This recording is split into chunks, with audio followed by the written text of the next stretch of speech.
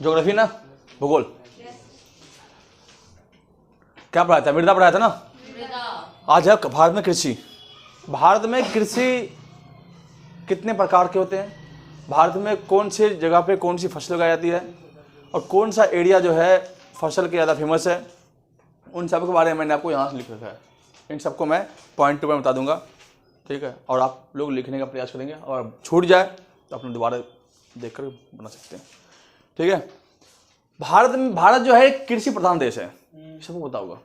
भारत में लगभग 51% भूमि पर जो है कृषि होती है। इसके अलावा अदर भूमि पर कहीं चारागाह है, और लगभग 24% भूमि जो है वो अनुपजाऊ अर्थात मरुस्थल है, जहाँ पे कृषि बंजर भूमि है, ठीक है। भारत के अंदर जो है 3 प्रकार की कृषि होती है, 3 तरह के फसल उगाए जाते हैं, 3 से 4 तरह के यहाँ पे कृषि होती है। हर एक मौसम के अपने अपनी फसलें हैं, जैसे रबी फसल, खरीफ फसल, जायद फसल और नरमा फसल। उन सब फसलों के बारे में बताऊंगा आपको, और ये सब फसल भारत के किस एरियाओं में कहाँ होते हैं उनके बारे में बताऊंगा। जो हमारे एग्रीकल्चर 4 टाइप के हैं। पहला आपका रबी क्रॉप। रबी क्रॉप क्या होता है? वैसा क्रॉप जो किस महीने में उगते हैं, बताओ? अक्टूबर से नवंबर में जो बोए जाते हैं, ठीक। देखो भारत के अंदर देखा जाएगा तो एक तो होते हैं रबी फसल और खरीफ फसल। ये आपका ग्लोब है और ये आपका इक्वेटर है, ठीक है। ये इक्वेटर है और ये आपका है कर्क रेखा, और ये आपका है मकर रेखा। ये दोनों जो भाग है कर्क रेखा और मकर रेखा के बीच के जो भाग है उसे कहते हैं हम उष्णकटिबंधीय क्षेत्र, जो हमेशा ही गर्म रहता है, ठीक है। तो वहां पे कौन सी फसल उगेगी? धान या गेहूं? धान के ज्यादा फसलें उगती हैं यहाँ पे। और इसके बाद कर्क रेखा के जस्ट ऊपर ये वाला एरिया और ये वाला एरिया आपका क्या होता है? शीतोष्ण कटिबंध।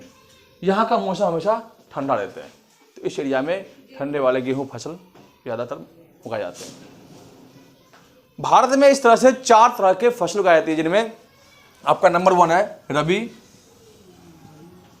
दूसरा खरीफ, तीसरा जायद और चौथा नरमा फसल।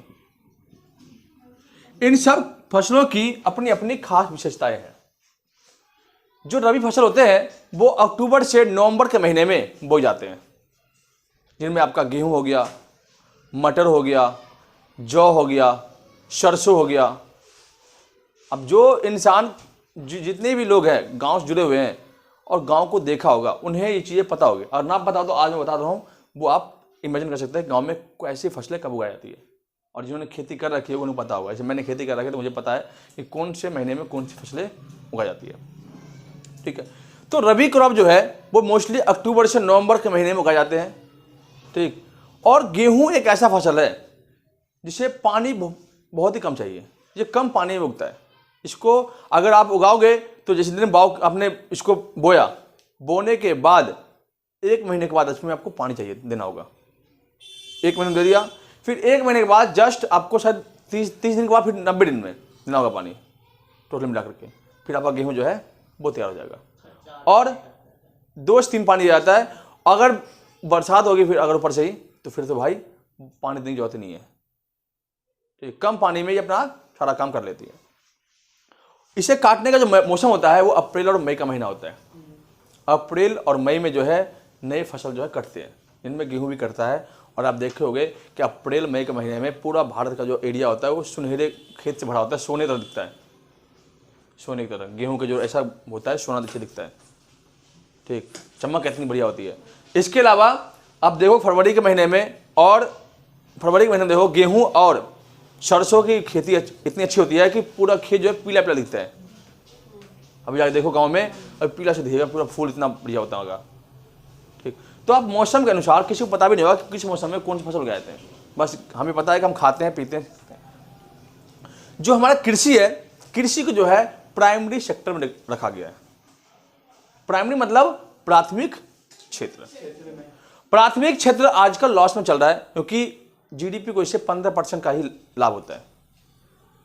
क्योंकि क्या होता है कि प्राइमरी सेक्टर में कि मौसम पर डिपेंड करता है, प्राकृतिक पर डिपेंड करता है। प्राइमरी सेक्टर मतलब वैसी चीजें जो प्राकृतिक पर डिपेंड करे। अब अगर बारिश अच्छा हुआ तो फसल अच्छी होगी, सूखा पड़ गया तो फसल खराब होगी, ठीक, बाढ़ आ गया तो फसल खराब। तो मोस्टली रूप से प्राइमरी सेक्टर जितने फसल है, प्राथमिक सेक्टर जितने फसलें हैं वो सब आपके किस पे निर्भर रहते हैं? प्राकृतिक पे। अगर भगवान ने अच्छा मौसम बनाया तो भाई फसलें अच्छी होगी और उपज भी काफ़ी अच्छी होगी। तो इसमें लॉस और जो है मुनाफा, घाटा और मुनाफा चलते हैं। जिस कारण देखते हो आप भारत के अंदर किसान जो है आत्महत्या करने का प्रयास करते हैं, ठीक। सेकेंड सेक्टर जो आपका उद्योग को रखा गया है, सेकेंड प्राइमरी सेक्टर, द्वितीय सेक्टर और तृतीय सेक्टर, ठीक। प्राथमिक क्षेत्र, द्वितीय क्षेत्र और तृतीय क्षेत्र। आपने पढ़ा होगा शायद 10th और 9th की बुक में आपको पढ़ाई होगी। 11th में नहीं, 10th 12th में, 10th में है और 9th में है, ठीक। प्राथमिक क्षेत्र में आपका कृषि, सेकेंड में आपका उद्योग और चौथा होता है तीसरा क्षेत्र। तीसरा सेक्टर जो होता है वो सेवा क्षेत्र होता है। जैसे हमारा है राशन वाली दुकान है। राशन वाली दुकान है क्या? पैसा आता है, कोई अनाज लाया कहीं और से, पैसा आया कहीं और से, वो क्या करता है? सेवा देता है। हमने आपको गेहूँ चावल दिया, चावल लेने से पहले आपको हमें पैसा देना पड़ेगा। हमने आपको शिक्षा दिया, आप हमें पैसा दोगे। ये तो नहीं कि हमने इसको बनाया खुद से, मैंने भी कहीं से पढ़ के आपको बताया। अब मैं आपको पढ़ा रहा हूँ, आप मुझे बदले में फीस दोगे। तो ये क्या है? आपका थर्ड सेक्टर है, सेवा सेक्टर है आपका, ठीक। भारत को सबसे ज़्यादा मुनाफा होता है सेकंड सेक्टर से, जिसमें आपका सारे उद्योग धंधे आते हैं। तो इससे आपको बखूबी रूप से जानना होगा कि क्या होता है प्राथमिक क्षेत्र, क्या होता है द्वितीय क्षेत्र और क्या होता है तृतीय क्षेत्र। इनमें कौन कौन से, कई बार इससे क्वेश्चन जुड़े हुए क्वेश्चन पूछे जाते हैं। तो रबी क्रॉप जो होते हैं आपके अक्टूबर से नवंबर महीने में बोए जाते हैं, जिनमें आपका प्रमुख फसल होता है क्या क्या है? गेहूं, मटर, जौ, सरसों। ये आपके प्रमुख फसल है। कुछ एरिया में आपको देखा होगा कि मसूर के दाल भी बोए जाते हैं, मसूर दाल, ठीक। दाल की भी खेती इसी महीने में। और एक पौधा हमारे गांव आता है, शायद आप लोग पता होगा, तीसी बोलते हैं उसको, तीसी, जो बिहार से बिलोंग करते हैं, जो गांव से, आपको पता हो तीसी। तीसी का तेल भी निकलता है, एक तरह से तेल निकलता है, ठीक। जैसे सोयाबीन का तेल होता है ना, इसमें तीसी का भी तेल होता है, सरसों का तेल होता है। और तीसी को हमारे यहाँ खाते हैं अच्छे तरीके से, काफ़ी टेस्टी होता है। शायद इनमें से बहुत कम लोग खाए होंगे, ठीक, गाँव में खाते हैं, ठीक। इसके अलावा ये हो गया। और इसी मौसम में कई क्षेत्रों में मक्का भी उगाया जाता है। मक्का भी इसी क्षेत्र में हो गया, लेकिन मक्का खेती इस फसल के लिए नहीं है, इस रबी क्रॉप के लिए नहीं है, वो है नरम फसल, नरम क्रॉप के लिए, ठीक। खरीफ फसल वे फसल होते हैं जो आपका कब बोया जाता है? तो आपका अप्रैल से मई में कटता है। जून और जुलाई के महीने में आपको जो है खरीफ फसल की बुआई होती है, क्योंकि अप्रैल महीने में कटाई होती है खरीफ फसल की। तो आपका जून और जुलाई में खरीफ फसल की बुआई होती है, जिनमें आपका धान की खेती आपका जून, जुलाई और अगस्त, लास्ट अगस्त तक खेती करके निपट जाते हैं लोग, लास्ट तक अगस्त में होता है। और कटाई कब होती है? तो आपका अक्टूबर से नवंबर के महीने में ये फसल सारे कट जाते हैं। एक फसल कटता है, दूसरी फसल हमारे यहाँ पे बुक जाता है, ठीक है। तो ऐसे हमारे यहाँ पे एग्रीकल्चर है।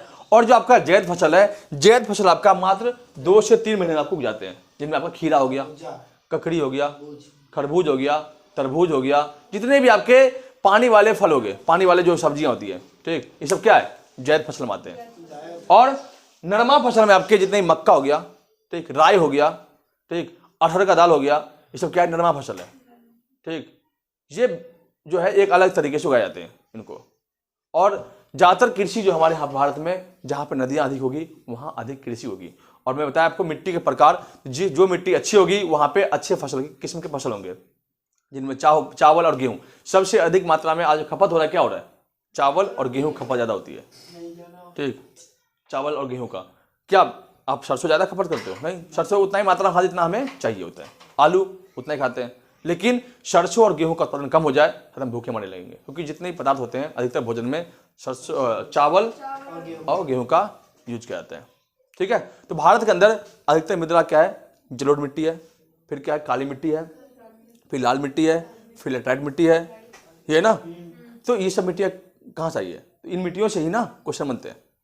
ठीक, मैंने बताया आपको मिट्टी, तो मिट्टी आपके दिमाग में होगा कहाँ पे कौन सी मिट्टी है, वहाँ पे वैसी फसल उगाई जाएगी। अगर आप इन एरिया की बात करें, इन एरिया में, तो यहाँ पे आता है आपको गेहूँ, गन्ना, ठीक, मतलब वो कृषि जो अधिक पानी लेता है। तो पानी वाला फसल कौन कौन सा होता है? धान, गन्ना, गेहूँ, दाल भी हो गया, ठीक है, ये सब, मक्का हो गया। तो ये सब खेती पानी अधिक मांगता है, तो इसमें पानी की अधिकता के कारण इसमें जलोढ़ मिट्टी में रखा गया है। तो पहले मैं इसको समझाने से पहले बता दूं आपको कि विभिन्न प्रकार के कृषि की विधियां, वैज्ञानिक विधि, वैज्ञानिक नाम होते हैं कृषि के। तो कई बार एग्जाम में आपको ऐसे इससे भी क्वेश्चन आपके पूछे जाते हैं कि इस वैज्ञानिक नाम से कौन सी कृषि की जाती है। जैसे बताया आपको कि सेरीकल्चर, सेरीकल्चर जो नाम होता है वो किस खेती के लिए प्रयोग होता है? तो रेशम कीट के लिए। रेशम कीट का उत्पादन कहाँ होता है आपको पता होगा? आपका जम्मू, भारत के ऊपर जो एरिया आपका जम्मू कश्मीर है, सबसे ज़्यादा उत्पादन वही होता है, ठीक है।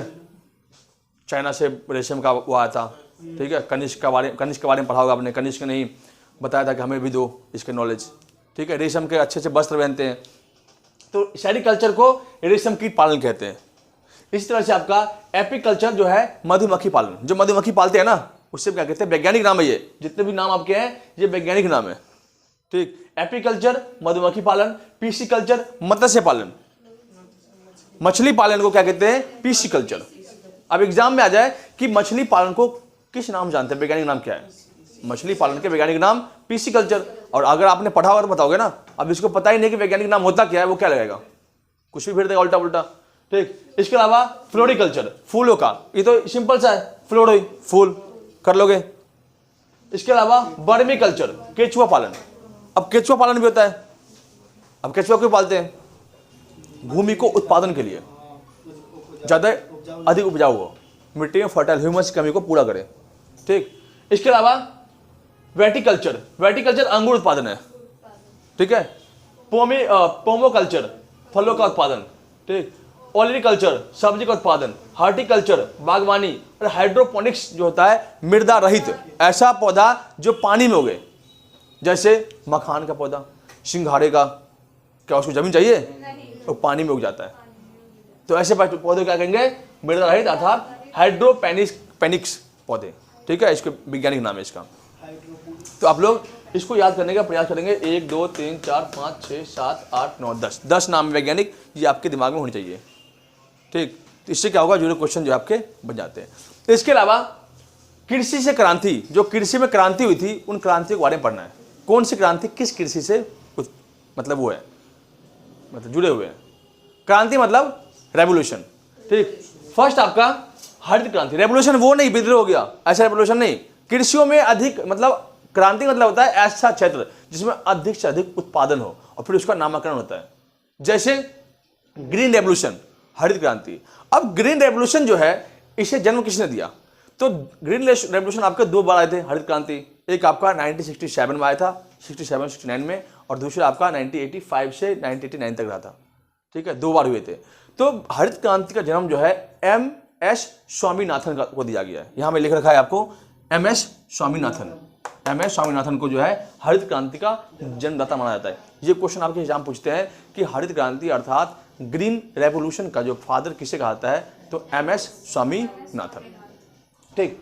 इसके बाद आपके आते हैं श्वेत क्रांति। श्वेत क्रांति अर्थात दूध क्रांति से, दूध के उत्पादन से होता है। अब गुजरात के अंदर क्या हुआ था कि अमूल दूध के अंदर, गुजरात का एक गांव था, उस गांव का नाम भूल रहा हूं मैं, ठीक। वहां पे क्या होता, एक दूध विक्रेता ने क्या किया, बड़े पैमाने पर जो है लगभग बहुत सारे, मतलब कितना 25 लाख लीटर करीब दूध जो है उत्पादन किया। उसका नाम था वर्गीज कुरियन। वर्गीज कुरियन अमूल दूध जो है ना आपका इसी टाइम आया था, और 1967 के करीब करीब आया था ये भी, ठीक है। तो श्वेत क्रांति के नाम दिया था। तो श्वेत क्रांति के जन्मदाता कौन है? वर्गीज कुरियन। यहां लिख रखा है देखो, वर्गीज कुरियन, ठीक है। वर्गीज कुरियन को श्वेत क्रांति का जन्मदाता माना जाता है। श्वेत क्रांति अर्थात व्हाइट रेवोल्यूशन, ठीक है। इसके अलावा नीली क्रांति, नीली क्रांति को हम मत्स्य पालन कहते हैं। कई बार इससे क्वेश्चन पूछते हैं, नीली क्रांति के संबंध किस चीज से है? सीधे क्वेश्चन पूछेगा आपसे, तो मत्स्य पालन से। इसके अलावा रजत क्रांति, रजत मतलब अंडा होता है, तो अंडे को उत्पादन, जब अधिक मात्रा में अंडे का उत्पादन होना शुरू हुआ, उसे कहते हैं रजत क्रांति। पीली क्रांति किससे होगा? दाल से। पीला दिखता है दाल, तो दाल से, सिंपल सा, दाल पीला होता है, पीली क्रांति। ठीक। लाल क्रांति, लाल दिखता क्या बताओ? टमाटर। टमाटर और मांस, लाल दिखता है तो लाल क्रांति। ठीक। गुलाबी क्रांति, झींगा मछली। मछलियों में गुलाबी रंग कौन सा होता है? झींगा का ही होता है। और सबसे अधिक झींगा मछली का उत्पादन कहाँ होता है? तो बताओगे? उड़ीसा के चिल्का झील में। ठीक है, चिल्का झील में, ये भी याद रखना। इसके अलावा गोल क्रांति, गोल मतलब आलू गोल होता है। अब आजकल का आलू टेढ़े मेढ़े हो जाते हैं, लेकिन मोस्टली तो गोल ही होते हैं, तो गोल मतलब आलू। और सुनहरी क्रांति मतलब फसल। फसल है, फल है, फल उत्पादन। ठीक, फल उत्पादन मतलब सुनहरा क्रांति। तो ये आपके कुछ क्रांति जो क्वेश्चन है, ये आप याद कर लेंगे। इसको अगर याद करेंगे तो आपसे एक ना 100 क्वेश्चन जो है आपको फंसेगा। और ये क्वेश्चन जो आपके ज़्यादा बीपीएससी यूपीएससी के लेवल तक के क्वेश्चन भी इसमें पूछे जाते हैं ज्योग्राफी से। और कृषि का चैप्टर जो है ज़्यादा ही महत्वपूर्ण रहता है हमारे लिए, क्योंकि हम मृदा पढ़ते हैं, तो मृदा हमें कृषि को पढ़ना जरूरी होता है। ठीक। इसके अलावा हम देखते हैं कि भारत में किस एरिया में कौन सी फसलें अधिक मात्रा में उगाई जाती है। तो मैंने जहां नाम लिख रखा है वहां सबसे नंबर 1 पर वो चीज उगाई जाती है। पहले हम बात करते हैं यूपी में। यूपी में 3 तरह की फसलें उगाई जाती है। ठीक, गन्ना, गेहूं और मसूर। अगर दुनिया में बात करें तो मसूर का जो उत्पादकता देश है वो चीन है। मसूर और आलू चीन ने उगाया है। ठीक है। लेकिन भारत की बात करें तो सबसे अधिक जो गन्ना और गेहूं और मसूर है, कहां होता है? यूपी में, प्रथम स्थान पे है। और भी राज्य है जिसमें आपका, क्योंकि भारत में गेहूं सब जगह उगते हैं, लेकिन सबसे अधिक उत्पादन कहां होता है? उसी को पढ़ेंगे ना। यूपी में क्या क्या होता है? गन्ना, गेहूं, मसूर। और गन्ने की खेती यूपी में आपका मेरठ की साइड में होता है। सबसे ज्यादा मेरठ में जो है गन्ने की खेती होती है। इसके अलावा हम आते हैं आपका पश्चिम बंगाल में। पश्चिम बंगाल में 2 तरह की खेती होती है, चावल और जूट की। ठीक। अब पंजाब उगाने लगा है चावल हुआ, लेकिन सबसे अच्छे किस्म चावल जो है ना आपको वहां मिलेगा। कहां पे? तो पश्चिम बंगाल में। ठीक। और जूट क्या होता है पता होगा, जिससे रस्सी बनती है। जाओगे ना अगर बरसात के मौसम में आप बंगाल साइड में ट्रेन से, इतनी बदबू आएगी आपको, इतनी बदबू। उसको सड़ाते पहले, उसको काटेंगे, बरसात मौसम काट देंगे और उसको पानी में डुबा देंगे, और सड़ जाएगा ना, फिर उसके छिलको निकालेंगे, उसको रस्सी को, उसका छिलके को, और फिर उससे लकड़ी बनते हैं, वो रस्सी बनता है। सूत की लकड़ी, जूट की लकड़ी देख दो गाँव में आप, जूट की लकड़ी बिकते हैं और रस्सी बिकते हैं। इसके अलावा आपका राजस्थान में मरुस्थल भूमि है, तो वहां पे आपको 2 चीज उगेगी, एक तो मोटे अनाज और एक छोटे अनाज। मोटे आपका बाजरा और छोटे में आपका सरसों। सरसों की खेती कहां होती है? सबसे अधिक राजस्थान में, और बाजरे की खेती राजस्थान में। इसके अलावा मूंगफली, यहां जो गुजरात आपका है, गुजरात में सबसे अधिक मूंगफली की खेती होती है। मूंगफली की खेती सबसे अधिक होती है। मध्य प्रदेश सोयाबीन और चना के लिए प्रसिद्ध है। सोयाबीन और चना के लिए। ठीक है, मध्य प्रदेश। कोई दिक्कत? सबसे अधिक सोयाबीन और चना का उत्पादन कहां होता है? तो आपका मध्य प्रदेश में। फिर आपका आते हैं महाराष्ट्र में। महाराष्ट्र में 4 फसलें हैं, तो काली मिट्टी वहां पे है, तो कपास का उत्पादन सबसे अधिक होगा। और जो नासिक है वो अंगूर उत्पादन के लिए फेमस है। हाँ, महाराष्ट्र में अंगूर, प्याज, कपास और अरहर और मक्का सबसे अच्छे, मतलब जहां जहां मैंने नाम बताया वहां मतलब समझ लो कि अच्छे किस्म की फसल होती है। वैसे भारत में सभी जगह पे, भारत में थोड़ी जगह पे कपास खेती, बिहार में होती है कपास की खेती, कुछ खेतों में कपास उगाते हैं। आप गांव जाओगे ना तो मार्च के महीने में देखोगे कि रुई उड़ते रहता है, रुई। तो हम लोग उसे पकड़ लेते उड़ाते थे उसको गाँव में जब बचपन में थे। ठीक है। मक्का बिहार में नहीं होता, मक्का होता है यूपी में होता है, लेकिन सबसे अच्छे किस्म का मक्का और सबसे अधिक कहाँ उगाया जाता है? तो आपका महाराष्ट्र में मक्के, अरहर, प्याज और कपास। ठीक है। इसके बाद आपका कर्नाटक में सूरजमुखी। आप पता है सूरजमुखी क्या होता है? जिससे तेल निकलता है सूरजमुखी का, इतना बड़ा फ्लावर, सनफ्लावर जो कहते हैं, सरसों कहते नहीं, सरसों वाला होता है, सनफ्लावर तेल होता है। ठीक, समझे? इसमें कोई दिक्कत नहीं ना। इसके बाद हम आते हैं महत्वपूर्ण बिंदुओं पर। सबसे इंपॉर्टेंट चीज क्या है, हमें क्या याद रखना है? जैसे सुपारी और कॉफी खेती कहाँ होती है? तो कर्नाटक में, क्योंकि यहाँ की मिट्टी जो है काफी उपजाऊ होती है, तो पानी का यहाँ पे काफी अच्छा क्षेत्र है। और ये आपका यहाँ पता है आपको 2 ही मिट्टी पाई जाती है, एक लेटराइट और एक आपका लाल मिट्टी। ठीक है, इसलिए। इसके बाद अंगूर नासिक में होता है, काली मिट्टी है वहां पे इसलिए नासिक में। प्राकृतिक रबर की खेती केरल में होती है, बताया था आपको। प्राकृतिक रबर, क्योंकि रबर की खेती, केले की खेती, बांस का पौधा कहाँ उगता है? उन क्षेत्र में जहां पे अधिक बारिश होती है, जहां पे सदाबहार वन पाए जाते हैं, एवरग्रीन फॉरेस्ट पाए जाते हैं। ठीक है, पश्चिमी घाट, ये पूरा पश्चिमी घाट का एरिया है इसलिए। ठीक है, इसके अलावा केसर जो है आपका जम्मू कश्मीर में उगाया जाता है। केसर का उत्पादन बहुत ही कठिन होता है, इसलिए इतना महंगा बिकता है, क्योंकि इसके पौधे काफी टाइम में उगते हैं और इसको निकालने का विधि बहुत काफी कठिन होता है। अब सोना होता है, सोना इतना महंगा क्यों बिकता है? सोना है इतना महंगा क्यों बिकता है? सोना जो है निकाले जाते हैं तो उसको क्या ऐसे निकलता है, क्या येलो दिखता है? वो बिल्कुल पत्थर जैसा होता है, स्टोन जैसा, उसमें बहुत काम किया जाता है, फिर जाकर उसको सोना निकालते हैं उससे, इसलिए उतना महंगा होता है।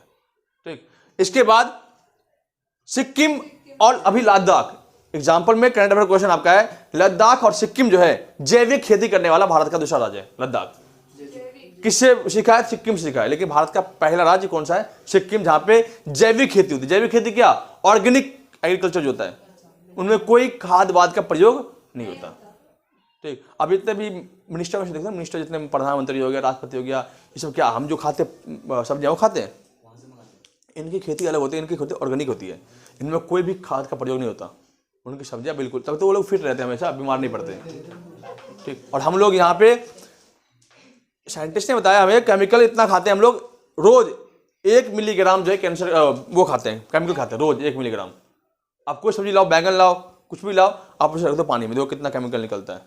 सेब देखो लाल लाल दिखता है, छिलके देखो कलर होता है उस पर।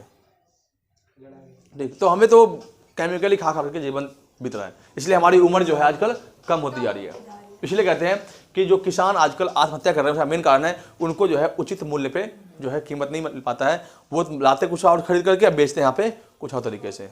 इसलिए कहते हैं कि कृषि का ज्ञान और जिसके बाद थोड़ा सा भी खेत है वो खेती करना सीख ले। आगे आने वाले टाइम में कृषि जो है सबसे इंपॉर्टेंट है, क्योंकि खाना जरूरी है। लोग कमाते हैं खाने के लिए, चलो रहने के लिए कोई दिक्कत नहीं, लेकिन खाना चाहिए रोज इंसान को। इसके बाद ग्वार और गोंद, ग्वार और गोंद जो है पूरे दुनिया की बात करता हूं, भारत सबसे नंबर 1 स्थान पे है, जिनमें राजस्थान जो है सबसे पहले स्थान पे। ग्वार का गोंद पता होगा, राजस्थान के जो लोग होते हैं ग्वार क्या होते हैं? ग्वार गोंद होते हैं। गोंद होता है गोंद एक तरह से, ठीक, खाने वाला गोंद, हाँ ग्वार गोंद। ठीक है, उसका उत्पादन कहाँ पे होता है? तो आपका राजस्थान में। इसके अलावा चाय का उत्पादन कहाँ होगा? मैं बता रहा आपको, चाय का उत्पादन पहाड़ी इलाकों में होगा। असम 1840 में असम के ब्रह्मपुत्र के घाटी क्षेत्र में सबसे पहले जो है चाय का उत्पादन हुआ था। ठीक, कहाँ पे? ये देखो लिखा हुआ है आपका, 1840 में ब्रह्मपुत्र घाटी में असम चाय की खेती की गई थी सबसे पहले, जब उस टाइम ब्रिटिश सरकार हमारे यहाँ पे थी। हाँ, तो आज जो है, और दुनिया में सबसे अच्छी किस्म की चाय, दुनिया में सबसे अच्छी किस्म चाय ताइवान में उगाई जाती है। ताइवान में, चीन नहीं, ताइवान चाइना का अलग जगह है। ठीक है, वो चाइना बोलता है कि मेरा जगह है, वो तो बोलता है पूरा वर्ल्ड ही मेरा है, चमगादड़ दिखता है वो। ठीक है, वो नकली है। हम 3rd क्लास के चाय पीते हैं, हम 3rd क्लास के सेब खाते हैं, हम 3rd क्लास के अंगूर खाते हैं। जो सबसे अच्छे किस्म की चीज होती है ना, वो सब यहाँ से इंपोर्ट से जाता है, बाहर से जाता है, विदेशों में।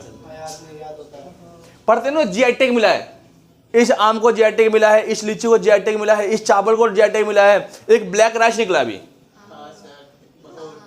हाँ समझे, उसे जीआई टैग मिला है। ठीक, और बिहार का जो एक आम है, पता नहीं कौन सा आम है, बिहार का है या यहाँ का है, मध्य प्रदेश का एक आम है, उसे ब्रिटेन की सरकार ने क्या किया, जीआई टैग दे दिया। तो वो फसलें जो है हमारे यहाँ मिलता ही नहीं है।